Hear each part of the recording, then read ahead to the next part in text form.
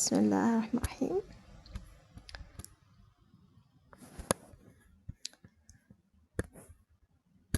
So here, Yusuf alayhi salam is started to, there's two of his colleagues, let's say, in the prison. They ask him to say if he knows what the interpretation of their dreams. And here, subhanallah, how Yusuf tried to see as an opportunity to do da'wah. He see how he can, okay, I can help them because Allah gave him ta'wil al-ahadith, which is the interpretation of dreams. And at the same time, he can do da'wah to Allah by after benefiting them, but he needed to gain their trust. So if you go back to the ayahs number, let's see.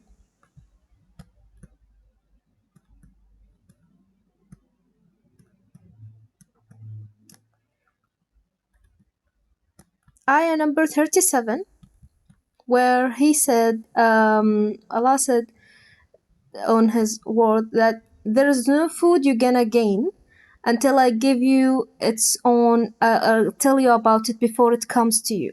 Okay, so he trying to build a trust for them to be able to convince them to go to Islam or to do da'wah for them.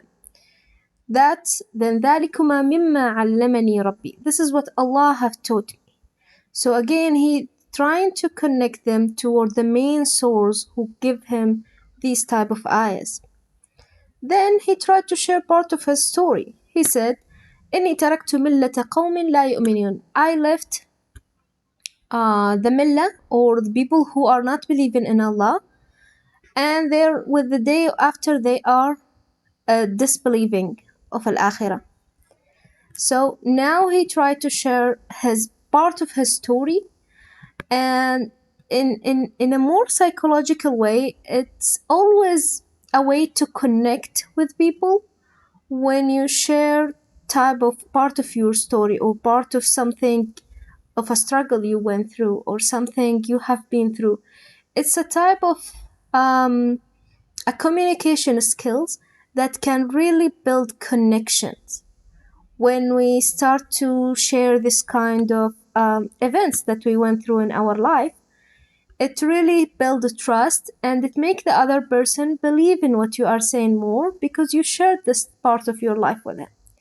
So subhanallah, this was of the things that Allah, or characteristic Allah gave to his prophet Yusuf alayhi salam, that he know how to do da'wah, and this is how we learn to, for example, not only in doing da'wah, if you are trying to do da'wah or so on, if you're trying to convince someone with something, always try to connect or find something you can share with them during, whether it's your story, whether it's something you went through. It's always it's not about like being more vulnerable, but it's as a human, we like to build this type of connection when we get to know a deeper version of the other person. So he started, if we see the story of Yusuf alayhi salam, like he started this one with not only give them he didn't give them the answer after they asked him. He first tried to tell them what type of thing they went through and what type of benefit that he can give them. Like say, I can tell you what you're gonna get before it comes to you. That what you're gonna bring, what you're gonna eat before it comes to you. لا يأتيكما طعام ترزقانه إلا نبأتكما بتأويله. So again, this is another thing for him to build this trust, and then he can start doing da'wah. Okay. Then he said, واتبعت ملة آبائي إبراهيم وإسحاق ويعقوب ما كان لنا أن نشرك بالله من شيء ذلك من فضل الله علينا وعلى الناس ولكن أكثر الناس لا يشركون. Then he follow up that I follow the millah, or the way, the path of my fathers of Ibrahim, Ishaq and Yaqub. And then he start to talk about his journey, that he follow his fathers of the prophets, and he didn't ما كان لنا أن نشرك, that we cannot associate another God with Allah.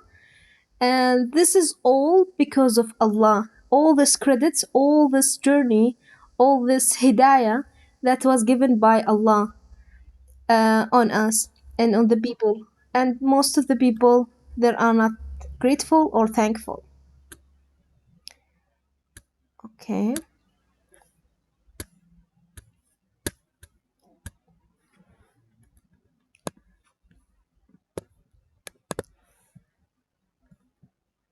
Then in ayah number 39, here he's gonna start to answer the question. So he's gonna tell them, يا صاحبي السجن أأرباب متفرقون خير أم الله الواحد القهار. Here he started to convince them with logic. He told them, يا صاحب السجن, all my fellow prisoners or my friends in the prison. And see, he used this kind of word so he can be more friendly.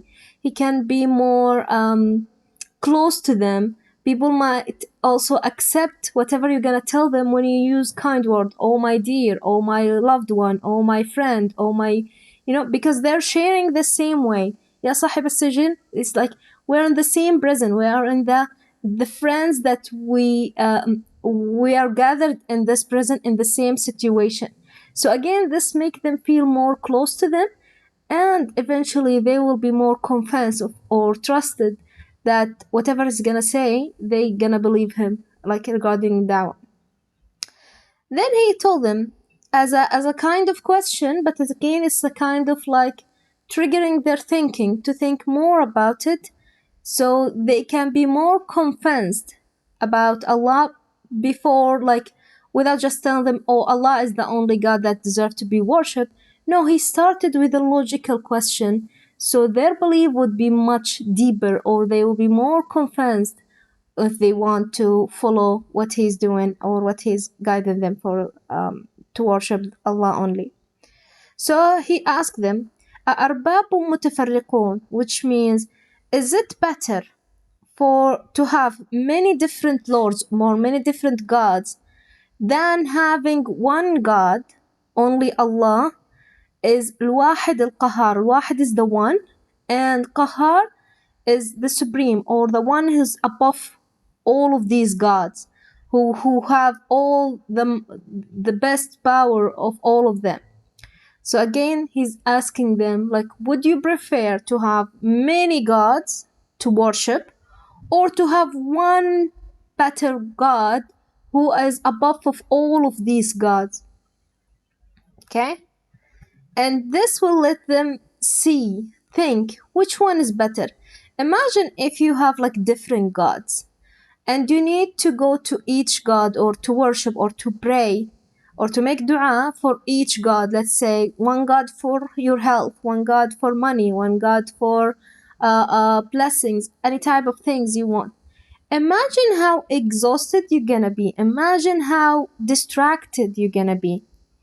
But if you have only one God, and you can just go to him whatever, anything you need, and it's gonna be above of all of these gods. Okay? So again, he's asking them with a more logical way so they can be more convinced to follow him. Then, ما تعبدون من دونه إلا أسماء سميتموها أنتم وآباؤكم ما أنزل الله بها من سلطان.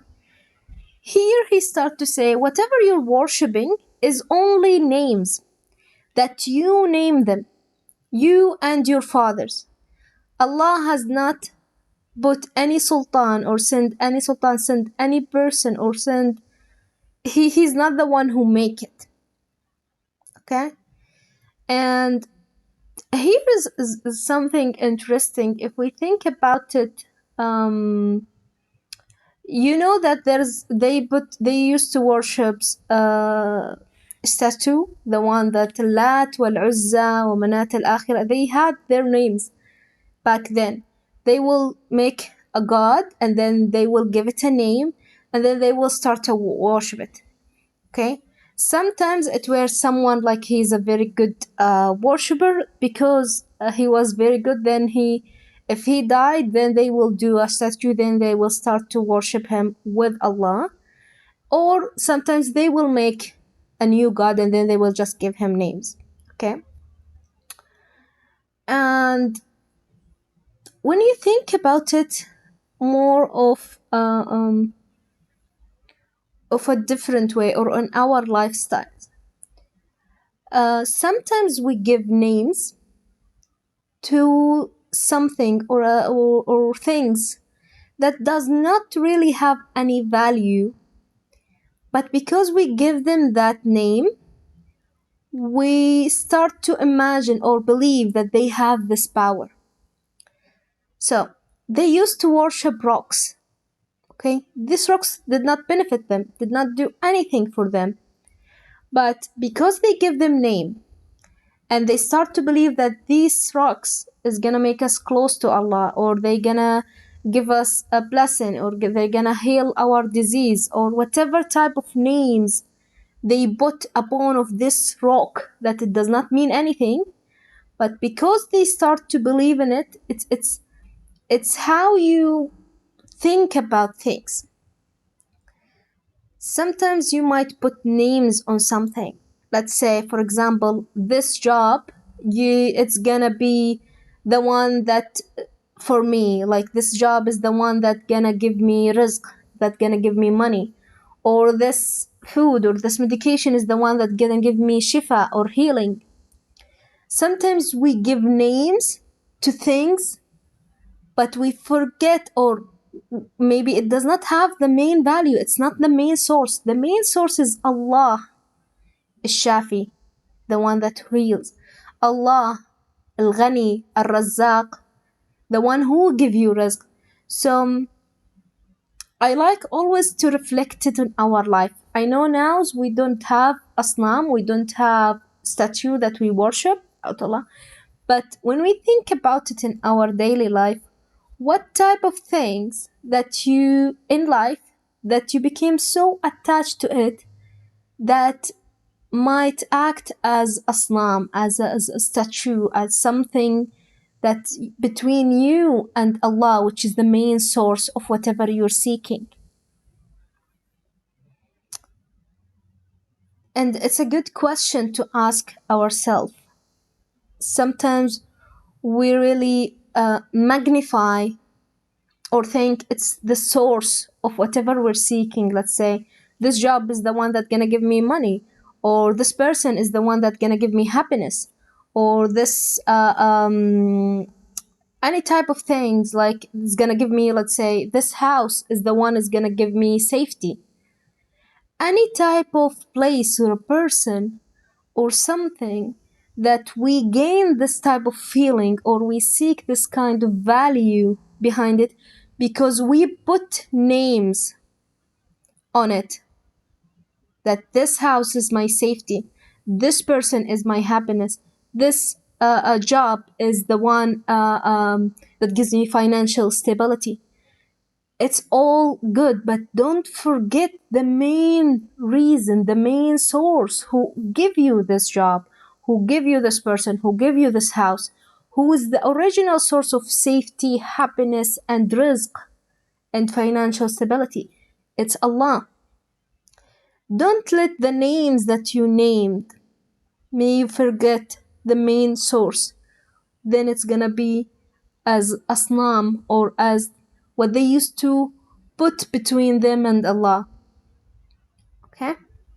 So it's something to reflect on, something to think about. And by the way, it's not only places or let's say persons. Sometimes it's a belief. Maybe you could have a belief that can limit you or make you or put let's say a wall between you and Allah. Let's say you believe that you maybe never be successful, or you will never get the dream that you are trying to achieve. This is also something you put between Allah and between you and Allah, and Allah is the one وهو على كل شيء قدير. Allah can do anything. Allah, when you remember the names of Allah al-Husna, إن الله على كل شيء قدير. Allah al-Qadir, Allah al-Azim, al-Ali. He is the one who can do anything for you if you believe so. So don't let the beliefs that maybe you have limit you from believing that Allah is the most powerful. Allah is the one that can do anything. Allah said, kun fayakun, be and it will be. Don't let these beliefs limit you and make you see that something might not happen because of, like, let's say, things you have been through, any type of thing that this belief has been formed in your subconscious mind. Okay. Then Allah says, إِنِ الْحُكْمُ إِلَّا لِلَّهِ. Okay? So judgment is only on Allah. And that al-hukm is not only judgment, by the way. Al-hukm, it could be like the control, the things that's gonna happen. Anything happen is only by the permission of Allah. He ordered that you do not worship anyone unless Him, except Him. ذَلِكَ الدِّينُ الْقَيِّمِ. This is Deen al-Qayyim. Okay? This is the valuable religion. Al-Qayyim here, it comes from valuable. Okay? And valuable here does not mean, okay, it means that it's very full of, like, so full of valuable things, but it's also full of values. And if you hear before about values is like honesty, respect, freedom. There's different type of values and core values that we go through in our life, that we have as a basics in our personality. So Allah is saying that this deen, this religion, is full of these values. This is why Allah gave the name of this deen, Deenul Qayyim. That's why it's very valuable. That's why when a person get connected to this deen, when a person start to apply this deen in his life, he will have to go with these values. He will have to be honest, not to lie. He will have to respect others and not to humiliate them. He need to apply to this. It's a more of a moral one. It's not only worshipping Allah and not other God without Him, but it also have different values you need to obey with when you want to enter Islam, when you want to practice your religion correctly. ولكن أكثر الناس لا يعلمون. But most of the people don't know. Okay? Again, he's saying, يا صاحبي السجن. Oh, my friend in the prison. One of you is gonna give or serve wine to his master. يسقي ربه خمرا. Okay? ربه here is his master. Okay? رب can comes, we talked about it before. It can comes for different meaning. Not only God, it's like the master, like Rabbul Bayt, the master of the house, and so on. So here he starts to do the interpretation of their dreams. So one of them, he's gonna serve wine to his master, and the other one will be crucified, and the birds is gonna eat from his head. قضي الأمر الذي فيه تستفتيان. And here whatever you are requiring has been decided. So in a short sentence, he just gave them this interpretation. So one of them will go back to wherever his place in his master after he get out of the prison, and the other one will not survive.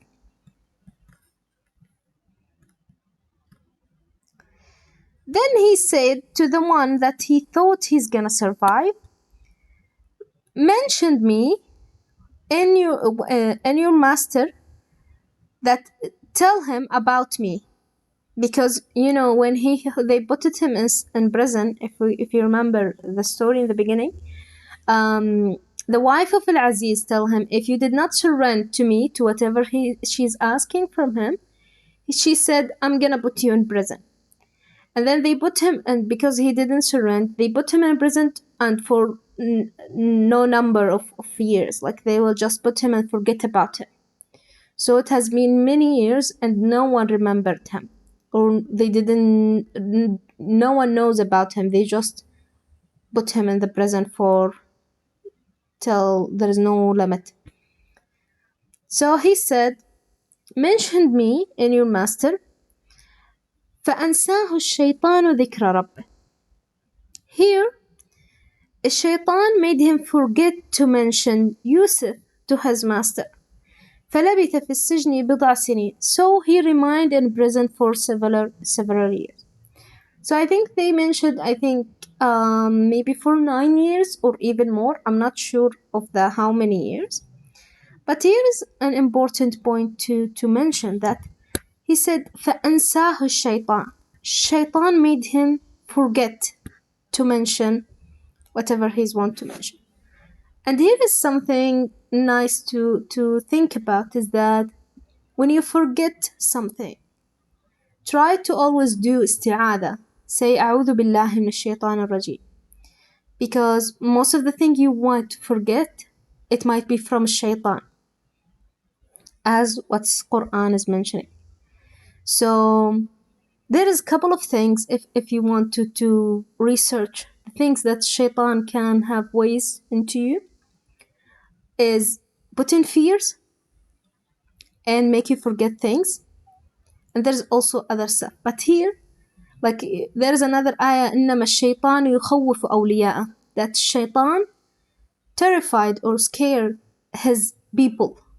So whenever you feel something you are afraid of, or something doesn't make any sense, but you feel that you are afraid, always remember it might be, or it's from shaitan.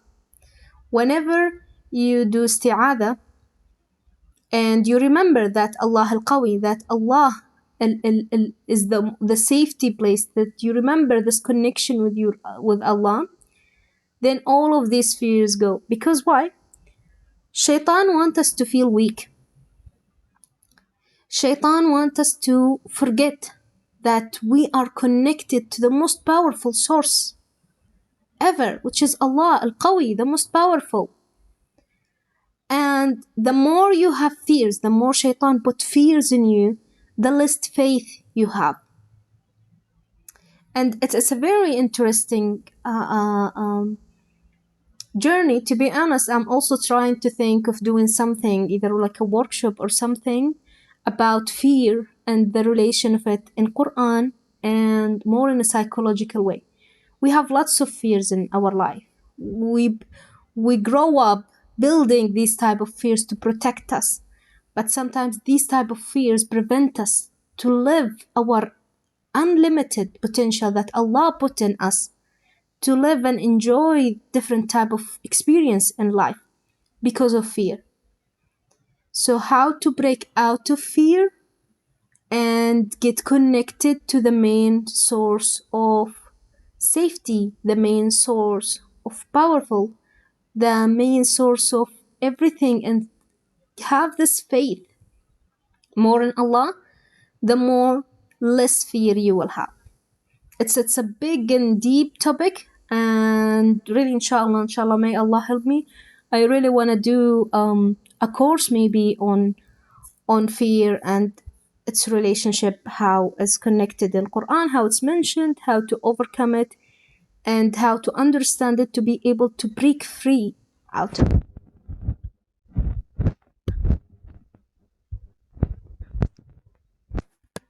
Okay, then.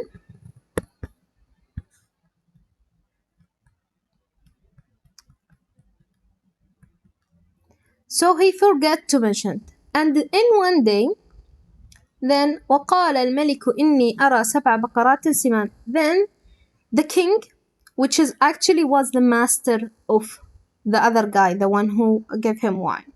So he was working for the king, not Al-Aziz. If you remember in his story, like, he was raised with Al-Aziz.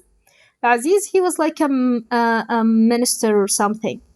But the guy who was in the prison and then he survived, he was working with the king. So it's much bigger rank. وقال الملك, and here the king says, I'm seeing, okay, or I dreamed of 7 cows. They are fat cows.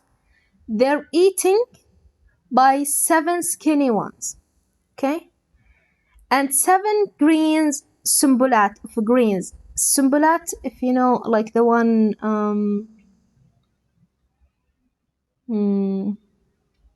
how can I explain it? You know the one that we make bread out of it? The main origin beans or the main grain out of it? So this type of sumbulat, the one that has like many, in one you can have many beans, let's say, or many grains. وسبع سنبلات خضر, and there are 7 in green. وأخر يابسات, and the other one is dry, or let's say it's dead. يا أيها الملأ, tell me, O people, يعني tell me, what's the meaning of my dream if you are a good interpreter of dreams. Okay. And I think here he said أرى, in Arabic he said I see. I think it means like he frequently see this dream. That's why he became curious to see what is the meaning of it, because it's not a normal dream. It's maybe it means something, okay? So that's why he felt like, okay, I need to ask, or I need to get the interpretation of this dream. Maybe it has a meaning, or it can help me or guide me to something. Okay.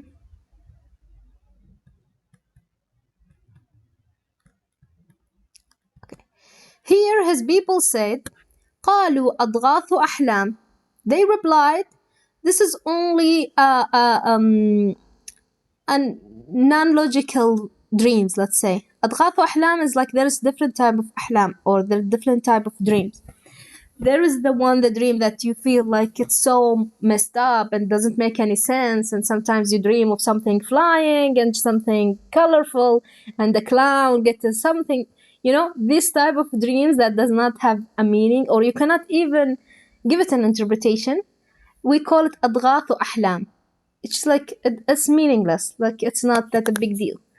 There is different type of أحلام, the one that he said, like if you are most likely if you slept where having wudu, or if you have like slept after Fajr, let's say, or something, it has a different sign. This we call like a dream, or a valid dream, the one that you feel like maybe it has a meaning, and even with the events that go through in the dream, you feel like there is something, there is a meaning behind it. And you know, dreams is a big topic to talk about, and it's very interesting. So as I mentioned earlier in other session, Allah always trying to talk to us. Allah always trying to give us signals to communicate with us in different ways. As I mentioned, sometimes you trying to ask for something, or you are wondering about something, or maybe you feel that you are in a problem that you need a solution, and then suddenly you receive an ayah, or you read an ayah in a reel, for example, or it comes in the radio and you hear it, or comes in the TV and you hear it, and you feel like it's the answer for whatever you're asking. So this is Allah is trying to communicate with you. Allah is trying to give you this answer, or to establish this kind of connection. It's not a coincidence. It's not a coincidence, definitely. Once you pay attention to it, pay attention to the message that Allah trying to send you, whether an ayah, whether someone is trying to tell you something, whether something is happening to you, changing the pathway that you are going through. These type of ayahs or signals, if you pay attention to it, and Allah is saying like nursilu rusul. So rusul, messengers, is not only the prophet that they have passed away. The messenger that can be someone is trying to warn you about something. The messenger can be like, for example, you read something, or something happened to you. You were going to one place, and then you became late, or something happened to you, or someone called you, tell you don't go there, and then that prevent you from something could happen to you. So messengers can be everything, can be everywhere. And the malaika, the angel, is also a messenger. And they're always there. Allah said, ملائكة يحفونهم. Our angels are around us. They protect us and they guide us. It's they are there by Allah for us. So and I would love to talk about angels. Maybe later on, maybe we can I can dig deep and research more about the malaika, the angels. It's like a very interesting one when you start to feel the presence around you and see what type of job or what type of duties that Allah give them to for you as a humankind. Okay, so yeah, let's go back to whatever we were talking about. So yeah, so they told him that this is only nonsense or meaningless dream, and we are not aware of the interpretation of dreams. Like we don't have the knowledge of how to do interpretation of dreams. And this ayah really made me think about something to see how we can reflect it in our life. Sometimes, let's say if you have a goal or if you have a dream or something you really believe in, you want to achieve, or something you feel it's something great, but other people will start to tell you, no, it's nothing, it's meaningless, you will not succeed in it or something. They only trying to downgrade whatever you are thinking about because they don't have enough knowledge about it. And this is somehow a nature of humankind. If someone does not know or have the enough knowledge about something, most of the time they will try to downgrade or see less of the something they don't know. So if they are not, let's say, people, let's say, for example, like in psychology, if you tell them like there is this syndrome, there is this type of events or childhood trauma, if you do this one, you need to treat this type of childhood trauma because it has an effect on you when you grow up. It will make you do this kind of behavior and so on. And because if you say to other people that they are not aware or they don't have the enough knowledge or they don't read about it more or have any type of information about it, they will always tell you, oh, it's nothing, oh, it's not worth it, it's meaningless, oh, you whatever you're saying is not it's pointless. And this is normal, this is normal, and you don't need to get upset about it. Some people have different type of awareness and different type of knowledge, different type of in a different level of this education, let's say. So don't get affected because they don't know. So take the opinion of people who really knowledgeable in this field that really matter to you, and then you can get their advices or their opinion. But don't get opinions or advices from people they don't already have any type of knowledge or experience in that field. Because most of the time they will tell you it's nothing, or they will not give you a valid opinion, let's say. Because some people will be devastated. Like if they're trying to work on a big project or they're trying to do some big, they're working toward big goal or something.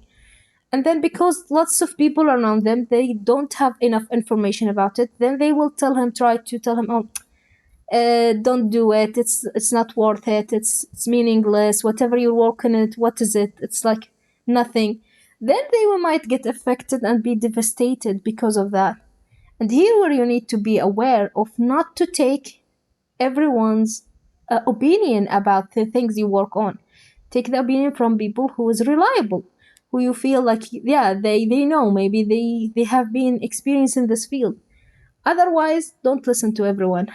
Yeah. وَإِن تَتَّبِعْ أَكْثَرَ النَّاسِ يُضِلُّوكَ. And there is ayah, Allah saying, and if you follow the majority of people, you will be misled. So be careful of the one who you follow, or for the one who you accept them to let an effect on you. Okay, let's continue. Then وقال الذي نجا. Here, the one who has survived remembered. Okay, because now there is dreams. They're like, the topic is about dream, and he remembered that in the prison there is a guy called Yusuf. He gave him this interpretation, and he's very good, and his interpretation was true. وَادَّكَرَ بَعْدَ أُمَّةٍ, and he remembered after a long time. Okay? Ummah here is like a nation. In Arabic, it means like a nation. Ummatu Muhammad, Ummatu Ibrahim. It's like the nation of Muhammad, the nation. And I think they mention it here because it's like, Ummah is like a group of people that has been passed like for a couple of years. So I say وَادَّكَرَ بَعْدَ أُمَّةٍ, he remembered after a while, after a long time. Okay? أنا أنبئكم بتأويله فأرسلون. I will give you the interpretation of it and send me. Okay? فأرسلون. Then he went to the prison and he said, Yusuf أيها الصديق. Yusuf, as-Siddiq is the one who tells truth. It's like he gave him a name, as-Siddiq. It's coming from Sidq. Sidq is saying the truth. Siddiq is the characteristic of the person, as-Siddiq. Okay? أفتنا في سبع بقرات سمان. So here, he told him, you are the one who said truth, because this is what happened of whatever he gave him an interpretation, it happened. So لقد صدق الرؤيا. He gave him the truth about whatever he gave them. He was not lying to him about the interpretation of his dream.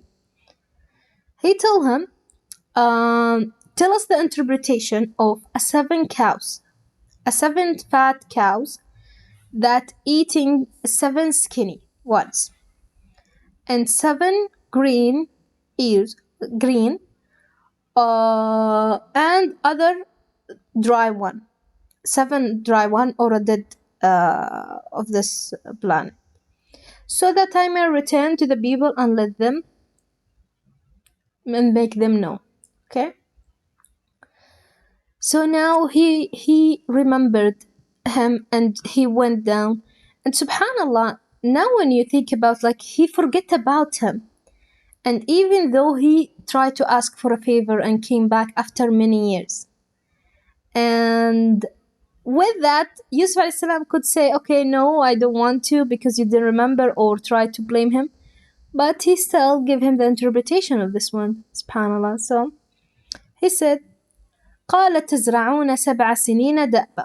He said, you're gonna plant 7 consecutive years. Okay, whatever you harvest from this, leave it in its green. Okay, don't get the beans out of it, you know. فذروه في سنبله إلا قليلا مما تأكلون, except for a little one that you can eat from. Okay, so you will plant 7 years, and from the 7 years you will try to save some of them. Okay, and you eat some, only a little bit, which is enough for you to eat, but it's very important to save from this. Here, then it's gonna come after that سبع شداد, a hard 7 years that will consume whatever you have saved, so you will not get lots of a good harvest in this other 7 years. يأكلن ما قدمتم لهن إلا قليلا مما تحسنون. So whatever you were saved, it will be consumed, except a little of what you are stored from the seeds. Then after that, there is gonna be a year that يغاث الناس فيه ويعصرون, that you will receive abundance, okay, of rain. There's gonna be يغاث, it's coming from غيث. غيث is the rain, okay, and they will press oil and wine. يعصرون is like pressing. So they think, okay, what can press? It's either like olive to get oil, or grapes to get wine. This is the thing that's pressing. Okay, so this is a good year after that. It's gonna come to them. Okay, so here وقال الملك ائتوني به. Here, this guy, he went to the king and he told him about this interpretation. And notice, this is a very valuable information. Imagine 7 years and 7 years, 14 years, and the other one is 15 years. He gave them like the plan, the strategic plan for the 7 years, what they need to do. And all of that, all of al-ghayb, all of the unknown, all of this was from Allah. Allah gave Yusuf alayhi salam this ayah of telling people what's gonna happen in the next years. So this is a sign of his prophecy that he is the prophet and he's from Allah and he has the wahi from Allah. So imagine how valuable this type of information that could save the whole kingdom, the whole city, the whole town, because of whatever small tips that he shared with them. So here the king said, okay, bring him to me. فلما جاءه الرسول قال ارجع إلى ربك. Okay. Then when the messenger came to him, he said, go back to your God, or let's say to your master. فاسأله ما بال النسوة التي قطعن أيديهن. He started to dig deep into what is the reason why Yusuf alayhi salam were in prison. He said, let me see why he was in prison. Go back to his master, Al-Aziz, the one he was there, and ask him, what is wrong with the women who has cut their hands? You remember the story? So it was like famous of this era that there is a guy and he was working with Al-Aziz, and then his wife invited him and invited the group of women, and then they cut their hand once they see him because he was so beautiful. They were so fantasized by him and so on. And then she told him, like, if you didn't obey she tried to seduce him. She said, if you reject whatever I'm asking you for, you will be in prison. Okay? So he went back and said, ask him what type of things, what's the deal, why, what happened at that time. إن ربي بكيدهن عظيم. Allah surely knows of their, whatever they're planning. He is Alim, He is all knowing. Okay, then he said, قال ما خطبكن إذ راوتن يوسف عن نفسه. So he started to ask the woman, why did you try to seduce Yusuf or ask him to do whatever you asked him for? They said, حاشا لله ما علمنا عليه من سوء. Here they start to be convinced, they start to be honest. They said, حاشا لله, God forbid, or Allah forbid, we didn't know nothing bad from him. Okay. Then Imra'at al-Aziz said, now the truth has come to light. الآن حصحص الحق. Okay, and this is a very nice Arabic word. حصحص is like, it became very clear, very obvious. حصحص الحق. الحق is the truth. It's like, it's the time for the truth to shine. It's time for the truth. It's like she repent after many years. خلاص, it's time for her to be honest. Because at that time, if you remember the story, she said, like, she tried to accuse him that he is the one who tried to do bad to her. Then she's trying to defend herself and saying, like, he is the one who was doing wrong. So now, subhanallah, like, it's the time for her to repent. I said, it's time for the truth to be shown, to say the truth. I'm the one who seduced him on himself. أنا راودته عن نفسه. And he is the one of the truthful one. He is surely one of the truthful ones. So, so it was the time for her, or the time. So subhanallah, Allah will give you the time where your innocence gonna be shown. The more you trust Allah, no matter how many years is gonna pass away, no matter whatever Allah is trying to put you into circumstances, but again, Allah will bring people or do taskhir or give you the circumstances that gonna happen that will show you're innocent without even you talking anymore.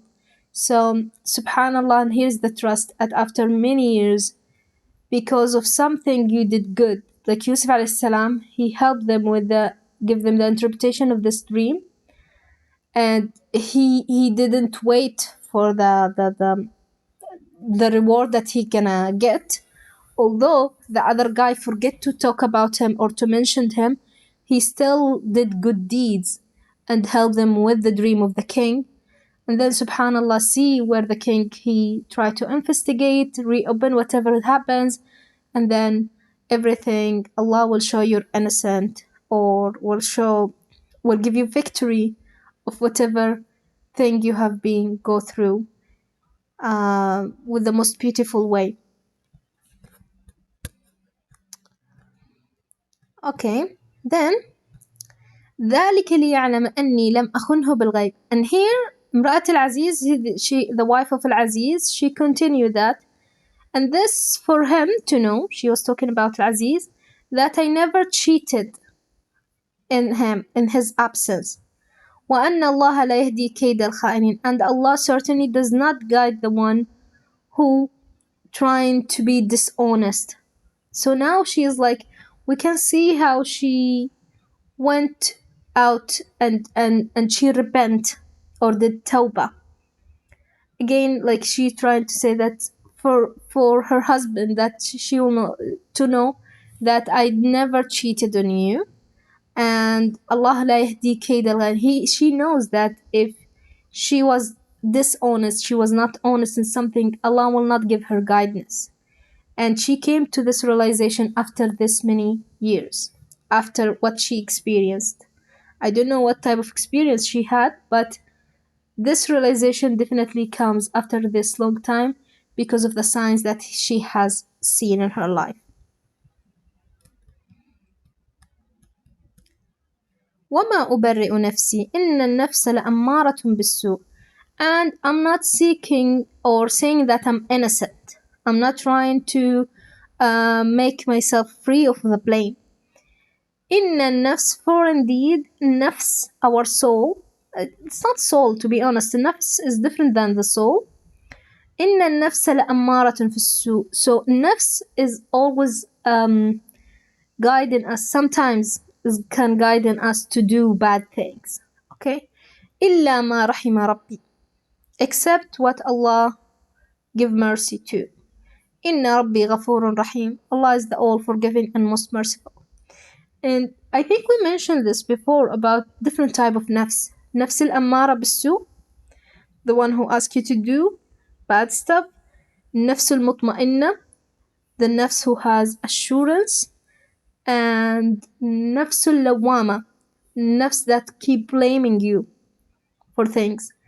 And all it's mentioned in Quran in different surahs. And there is different interpretation for each one. But subhanallah, I think all of us have all these type of nafs. Sometimes we can have a nafs al-mutma'inna, the relaxed one, nafs that has connected to Allah. Sometimes we have a nafs that's trying to tell us to do something bad. But it's up to us to follow this nafs or have control over this nafs. And there's nafs al-lawwama. For example, if you do something wrong and then your conscience start to blame you for doing it or something, it could be good, it could be bad, but it's always nice to notice what type of nafs or what type of talk, internal talk you have, and it's guided from which type of nafs that we already have.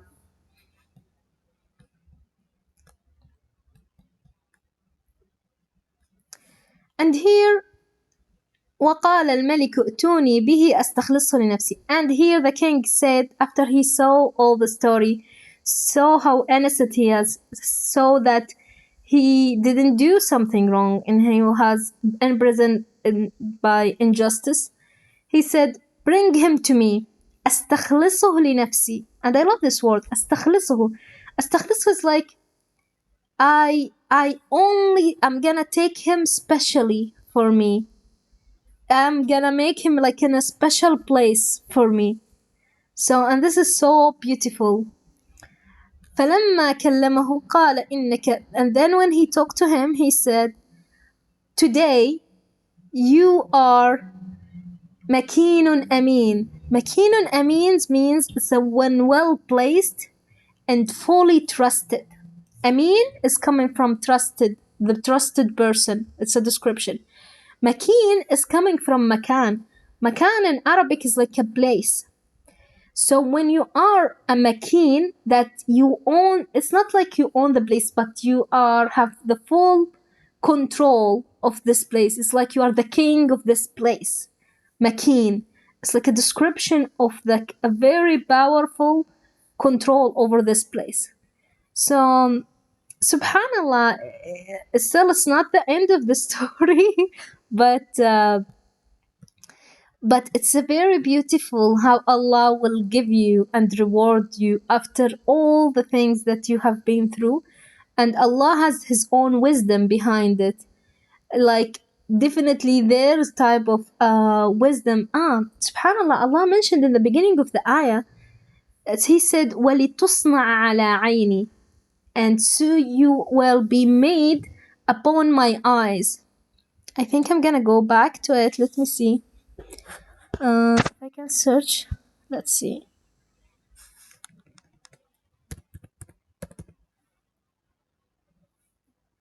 Yeah, it's أنقذفيه في التابوت, when Allah asked, his mother to throw him in the boat, in the river, and then فيلقه اليم في الساحل, and then an enemy for me and you is gonna take him, and I throw a loving محبة مني, a loving from me, ولتصنع على عيني, and so you will be made upon my eyes. And definitely it has a big meaning toward it, that all of these circumstances and event, the ups and downs, maybe the good and bad, maybe sometimes we see it as bad, but it's not that bad. It's the way of Allah to make Yusuf alayhi salam made upon his eye, made and build. Maybe certain type of characteristic he needed to build, certain type of things he went through, that he will let him reach this kind of state, that he will work on the king,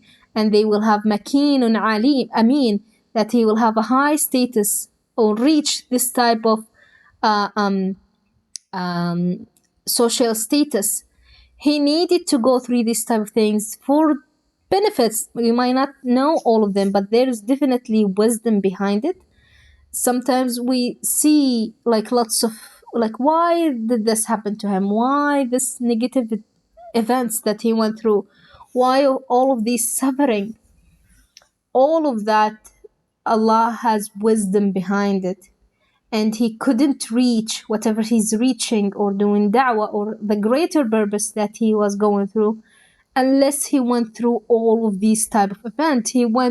His brother threw him in the whale, then someone took him, and then they sell him to another family in Egypt, and then the wife of the wife of the guy that he went through, the wife of Aziz, tried to seduce him, and then they tried to put him in prison, and then he was trying to get out of the prison, but the other guy forget to mention him. So subhanallah, sometimes you see like it's all struggles, but it's for a higher purpose in life. And this is why believing in Allah, that whatever happens to us, it's for our own interest, for our own best thing. Allah will not write something for us that's not good for us. Maybe with our human eyes, we see it as bad from exterior. We see it as like, oh, this is so bad, this is so painful, this is so unfortunate. But we never know. It's Allah always will write it for us, whatever best for us. But we are not aware of the unknown. The more we have trust, the more we have faith, the more we believe that this is the best for us, Allah will not do something not good for us. and we are not aware. We don't know the full picture. We don't know the future. We don't know the unknown. Sometimes we don't know the wisdom or the reason behind whatever is happening to us.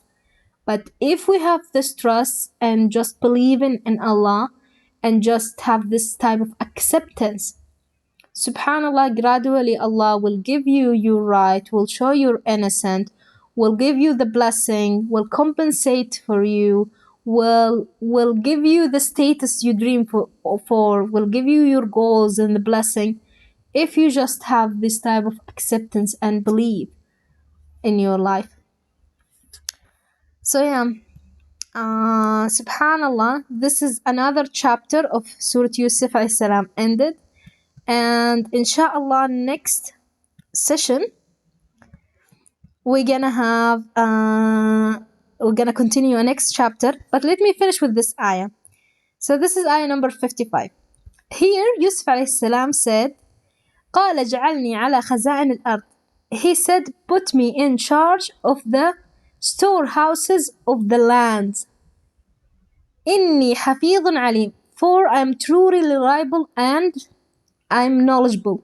Okay, like I'm trusted.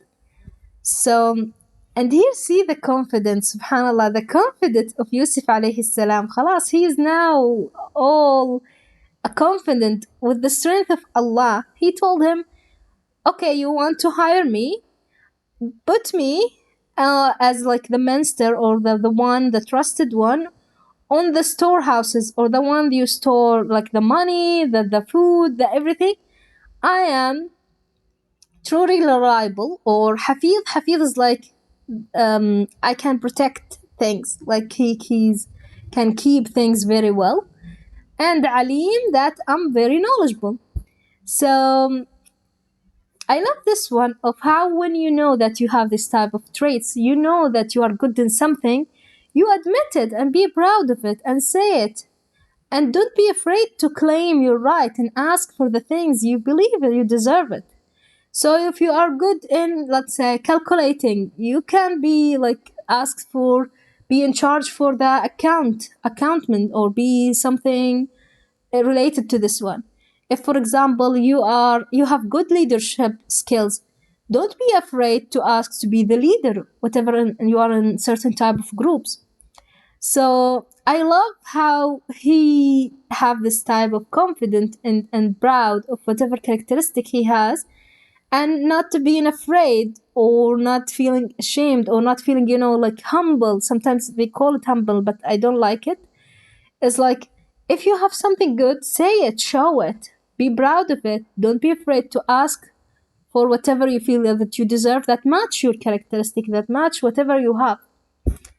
So subhanallah, this is a very beautiful thing. And again, this type of lessons we learn, and we see how we can reflect on our life. We see how we can see it or apply it in a daily life, in our how we can develop ourselves from the stories and the lessons that we can get from the prophets, from the Quran. Allah will not mention all of these stories and details just for our enjoyment. No, there is reason. There is benefits behind it if we reflect, if we think, if we did tafakkur, if we did tadabbur. And the more you do in reflection, the more you get the benefit out of it. Not just reading, not just passing ayahs and pages without seeing, okay, what Allah trying to tell me? What Allah trying to benefit me out of this ayah or out of this surah? What can I get? What advices or what type of things that can really help me of the things that I go through in my life? So yeah, subhanallah. And yeah, so I think that's it for today. We're gonna continue inshallah maybe next week. I'm gonna confirm in the website. And yeah, if anyone, oh hi Elmas, if you want to share, hi.